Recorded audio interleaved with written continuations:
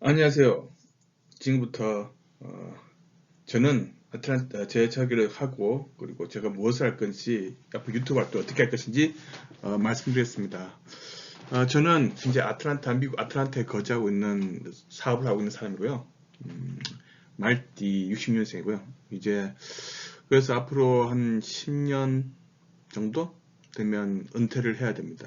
그래서 은퇴를 하면서 이렇게 또 재테크 나름대로 준비를 하고 있고, 그래서 같이 한번 이 자료도 준비하면서 제가 준비하면서 제 스스로도 공부하는 느낌도 있습니다.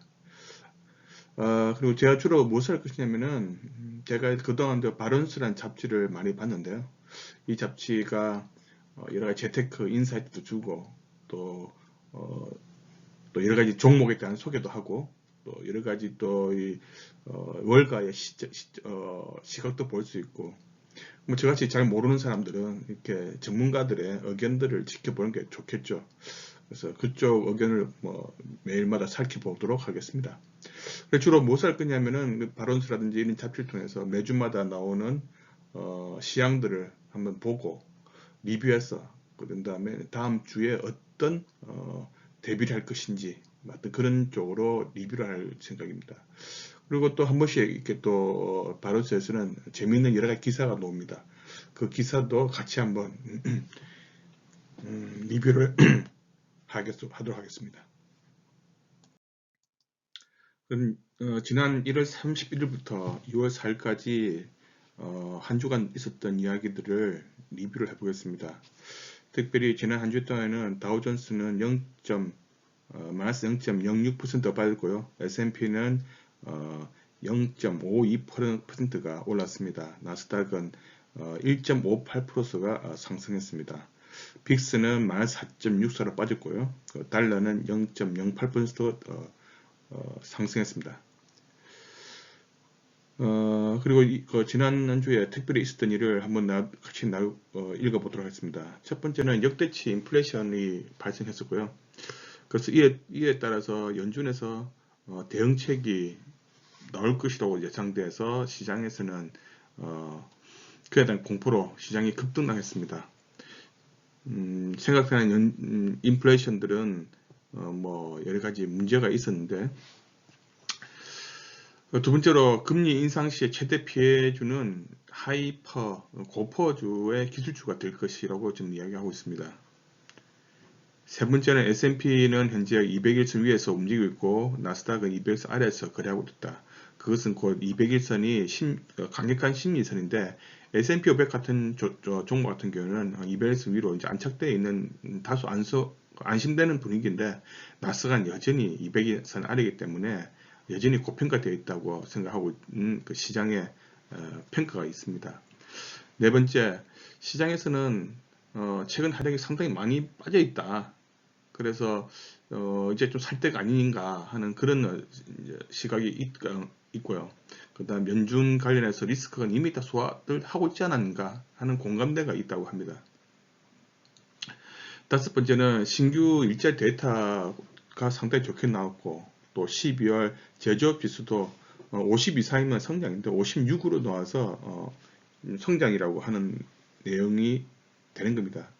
근데 사실은 이렇게 좋은 내용들은 결국은 인플레를 밀어 올리는 효과를 만들고 이 인플레 효과는 다시 연준으로 하여금 금리 인상 혹은 대체대표 감축 이런 것과 연결될 수 있다는 위험 리스크가 만들어지게 됩니다. 또 하나 안 좋은 소식은 우크라이나에서 러시아와 미국 그리고 여러 간의 나토 간의 또 전쟁 위험이 있습니다. 그래서 그 위험을 해서 유가는 계속해서 급등을 하게 될 겁니다. 이것 때문에 러시아는 현재 지금 주가는 점점 빠지고 있죠. 계속 지켜봐야 될 리스크 중에 하나가 되겠습니다. 일곱 번째, 비트코인 등 가상화폐 수익률은 또 점점점 안 좋은 상태로 가고 있습니다. 여덟 번째는 S&P 500의 시가총액 거의 절반이 수익을 보고했는데 그 중에 상당 부분이 예상치 4.2% 초과를 하고 있다고 좀 좋은 소식이 나왔습니다. 아홉 번째는 종목별로 실적이 결과가 어떻게 되냐에 따라서 어떤 종목은 상당히 올라가고 어떤 종목 또 급 하락을 하는 또 이런 일이 벌어지고 있습니다. 시장에서는 바로 이런 일이 벌어질 때 전형적으로 주가가 비쌀 때 발생되는 현상이라고 이야기하고 있습니다. 10번째, 빅테크 기업들이 호실적으로 그나마 시장을 버텨주었다. 그래서 아마존, 애플, 이렇게 여러 가지 빅테크 기업들이 그나마 더 떨어질 수도 있었는데 이 종목 때문에 그나마 시장이 버텨갔다로 이야기를 하고 있는 것입니다. 11번째, 기습적으로 영국은행에서 기준금리를 25pp를 인상했습니다. 이 내용 결국은 연준으로 하여금 또다시 금리 인상이 가능성이 높아집니다. 그래서 결론적으로 금리 인상은 제가 볼 때는 거의 이루어지는 분위기가 아닌가. 그러면 이에 따라서 지약 종목은 여기 위에서 말했지만은 고포의 기술주들, 그 다음에 나스닥 종목들, 이런 것들이 상당히 지약 종목이 될 거고 보이고 있습니다. 그렇지만 이런 금리 인상에도 불구하고 혹은 지역 어떤 리스크에 따라서도 강세 종목이 있습니다. 다음 장에 더 살펴보겠지만 이 와중에 또 올라가는 강세 종목을 서로 선별해서 대책을 세워야 않는가 하는 것이 지난 한 주 동안의 결말입니다.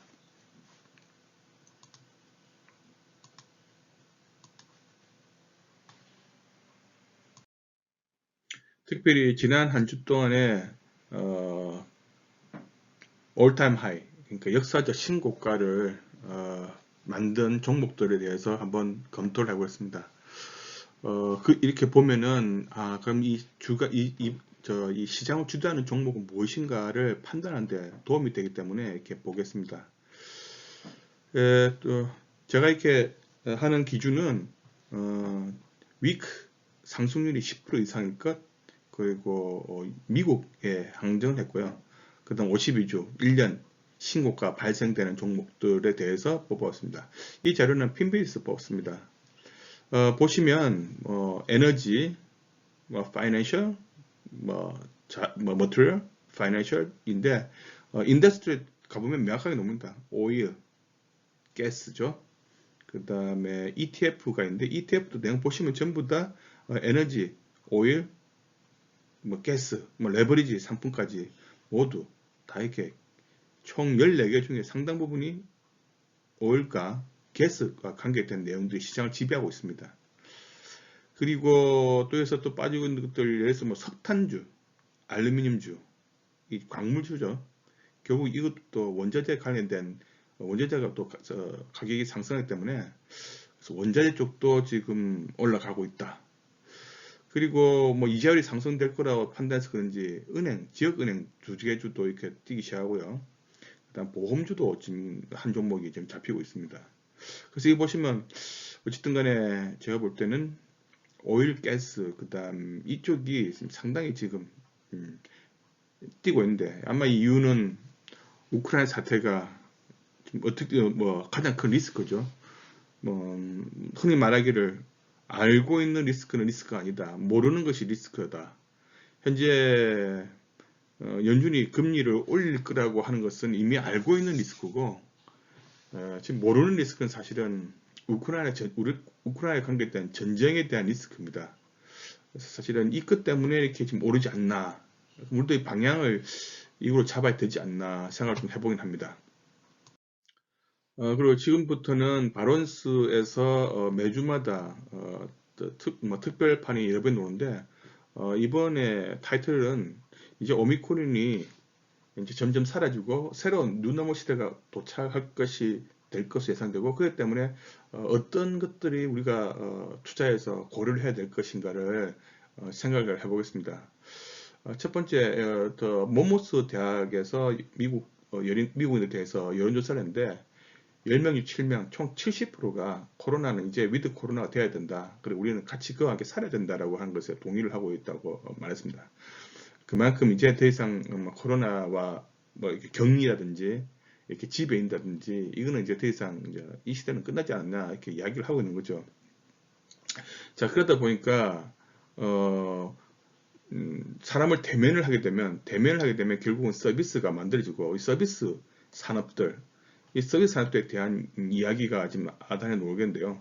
서비스 산업대에서 소비자 지출은 점점 2002년, 2020년 2분기부터 점점 이렇게 늘어나고 있는 추세라는 것을 말하고 있고요. 그 다음에 또 실제 이렇게 오미크론이 이렇게 심하지 않다는 것이 어렵게, 그러니까 뭐 화이자나 모더나 이쪽에서도 이야기를 하죠. 어렵게서 코비드가 이제 풍토병으로 계절성 독감 정도로 이렇게 이야기를 하고 있다고 실제 이야기를 하고 있습니다. 다시 또 그래서 이렇게 영준에서 또 이제 이 소비자 기대 조사를 또 했답니다.